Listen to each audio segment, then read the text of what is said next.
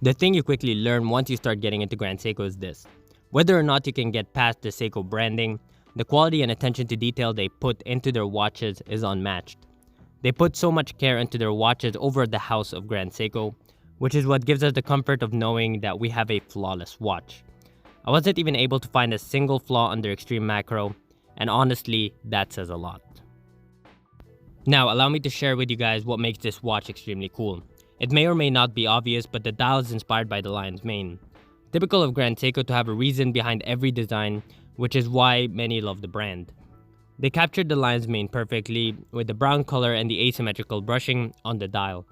Now, the lion's mark was born together with the first Grand Seiko in the 1960s, which symbolizes Grand Seiko's goal to make the king of watches similar to the king of the jungle.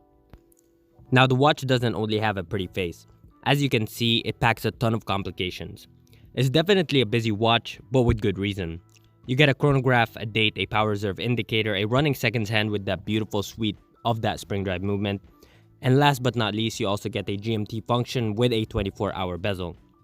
While it is busy for my taste, I have to admit having all the complications alongside that spring drive movement really makes it more appealing to me personally.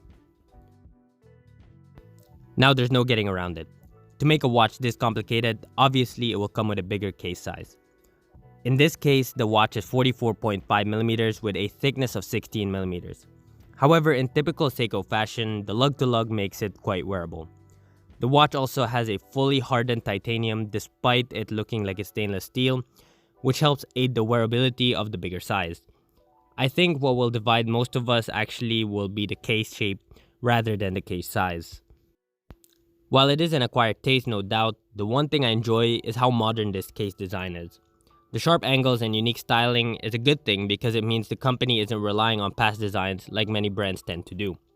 Rather than constant vintage reissues, they designed a bold modern case which people will either love or hate. That being said, similar to the Bulgari Octo Finissimo, Grand Seiko designed a futuristic design. Now, when it comes to the case, it has a mirror-like Zaratsu polishing which we expect from every Grand Seiko, and it has a mixture of polishing and brushing which really elevates the surfaces to a whole nother level. And the case design has a lot of sharp angles which is really beautiful. Now, the final thing that aids the comfort of this beast is the bracelet. It is a fully brushed lightweight titanium bracelet with a diver's extension, which is always great for adjusting throughout the day. That said, though it is a comfortable bracelet and a good looking one, it isn't the best bracelet out there. Because having pins rather than screws is somewhat disappointing, although it's unclear whether that choice has to do with the titanium material or not, it does have room for improvement.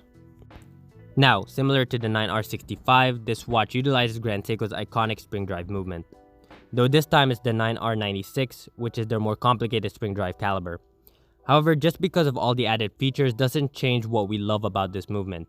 The accuracy remains plus or minus 1 second per day, or about plus or minus 10 seconds per month. And it also retains that 72 hours of power reserve. Now, as with all of my reviews, I usually answer one question from you guys, so make sure you subscribe to the channel, have that notification button on because I usually post a community tab, that's where I ask you guys for your questions.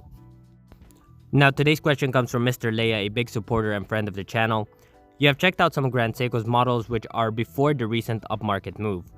Do you think these new models can justify the price of the premium?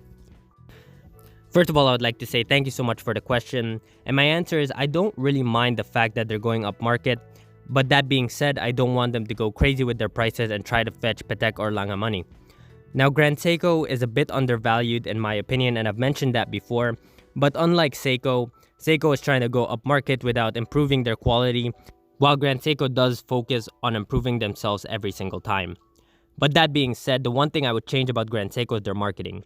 If they want to go upmarket, then I would focus more on their marketing because their marketing isn't the best to begin with.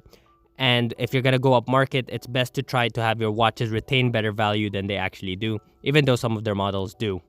If Grand Seiko improves their marketing, then personally I don't mind the fact that they're going to go a little bit upmarket. But as I said before, I don't want them to go crazy with the prices.